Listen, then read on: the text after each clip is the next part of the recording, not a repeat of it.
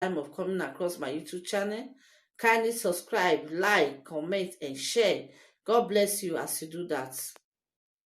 Last week, we brought out a video that concerned one woman that her son went to Deeper Life Secondary School that was maltreated, and because of the woman voice out, they don't want her to voice her. They begin to threaten the woman. In today's video, I'm going to be bringing a video of a pastor. His name is Mike David, Omega former pastor. He was a former pastor in Omega Ministry. He cried out, he needs help. He said because his life is, they are threatening his life. His life is at stake right now. He cried out to the world. That is why I used that word that last week. We brought a video that the woman's life was threatened, and today another man cried out again that his life is threatened as well because he wants to voice, because he voiced hurts. So why am I saying this? Because some people are going to the house of God instead of them to focus how to have a relationship with the Spirit of God, their author and the finisher of their soul. They will rather take the GO as the beginning and the end of the Bible.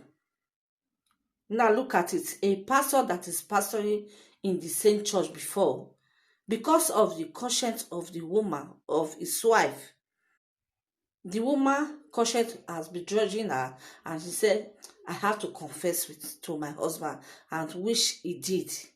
Why? Because she's a pastor too. The woman, this Mike, this our brother we are talking about, his wife also is also a pastor. Her conscience could not let her be. He now said, let me confess to my husband so that she can have peace. She thought that, how can I be doing all this thing in the presence of God? And yes, she's a pastor. She said, let me voice out. Let me confess to my husband, of which she did. The woman remembered that she have a husband which is her head. You understand? She confessed to her husband, but her husband could not hold it. The only thing that will make a man to leave his wife is when you want to sleep with another man. The man could not bear it after the woman have confessed to the man. It was painful. It is not an easy thing, especially when it comes to a man you call your father. According to the man, the man could not bear it. See, when you go to the house of God, don't think the man that is preaching is far more better than you. No. Why? Because the spirit that is upon that man that is not preaching is still the same spirit that is upon you. Spirit of God distributed 9 gifts. You understand? He gives to all. Brought this one from Aisha, brought this one from Roma, from different dimensions. He brought some from Israel, from Nigeria, from different, but all of them operated in the same spirit. See, you left your husband. You think that Gio is far sweeter than your husband. You people should be very, very careful when you go to church, whereby the pastors, the top, all those top ones, they only see you people as inferiors. Whereas they are now the Christ. I don't know what to say, but it's very, very important that we all should see this video. But the thing is this: if you out of a foolishness, if you calm down and listen to this video very well, there is element of truth. But I'm not judging him. We are not judging him. We don't know the truth. Only God knows the truth. But why this one is so essential and is very difficult? As we are speaking, these two people are no more. Good day, everyone. Good afternoon to everyone around the world, wherever it is you are watching this this broadcast. My name is Mike Davids.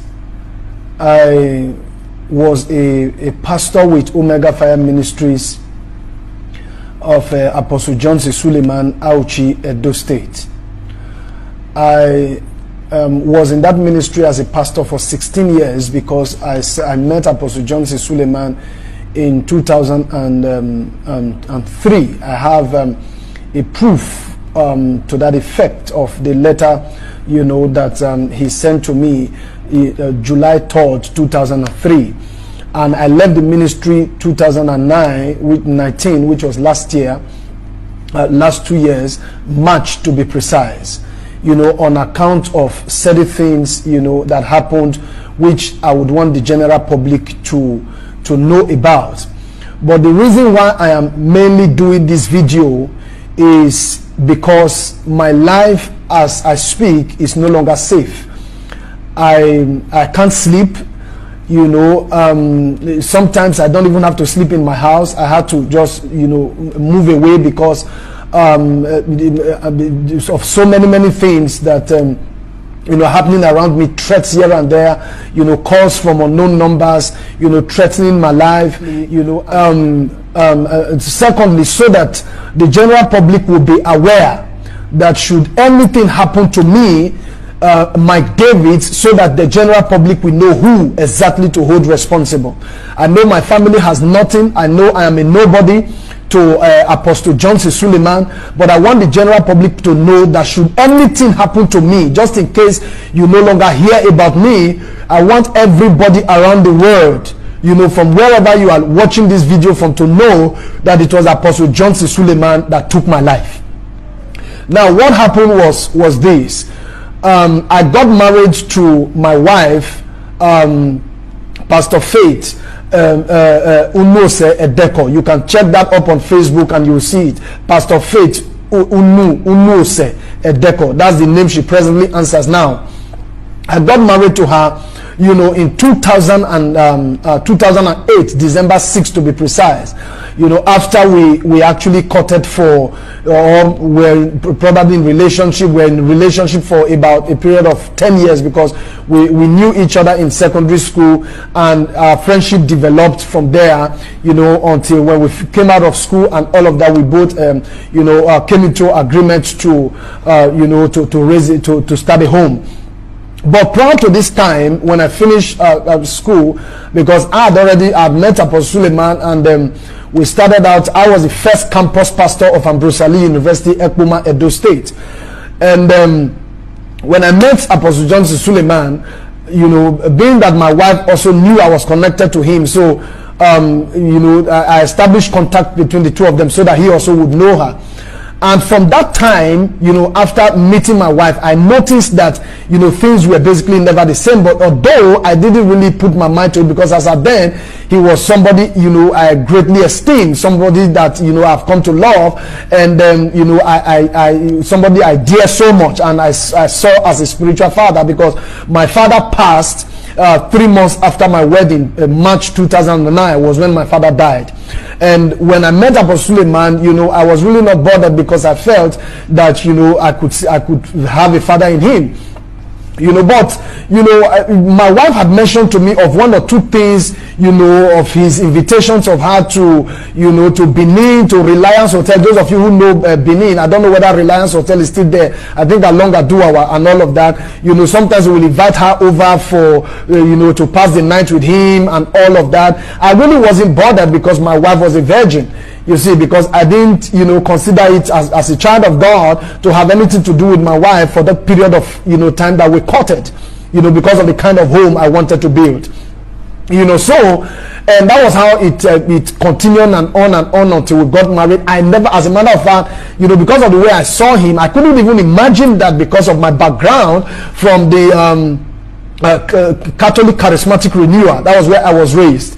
So I couldn't imagine that, you could, if a father could have a daughter that he probably would want to, especially one that he knows that this was his son's, fiancé, that he would want to have something to do with her.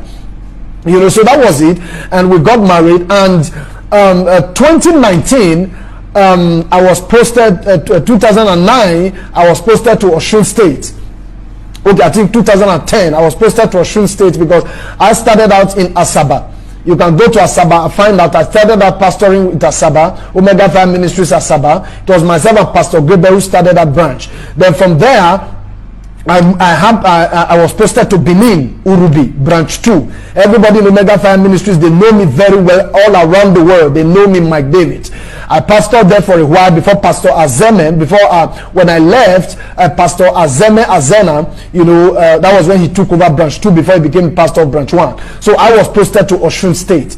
And Osun State, Omega Fire Ministries Osun State started exactly the year that former president of Nigeria, Yaradua, passed, and that was when the ministry started in Osun State. So after then, we had our first daughter, because myself and my wife were married. We got married 2008, December 6th. We had our first daughter 2009, November 24th, to be precise. That was when we had our first daughter.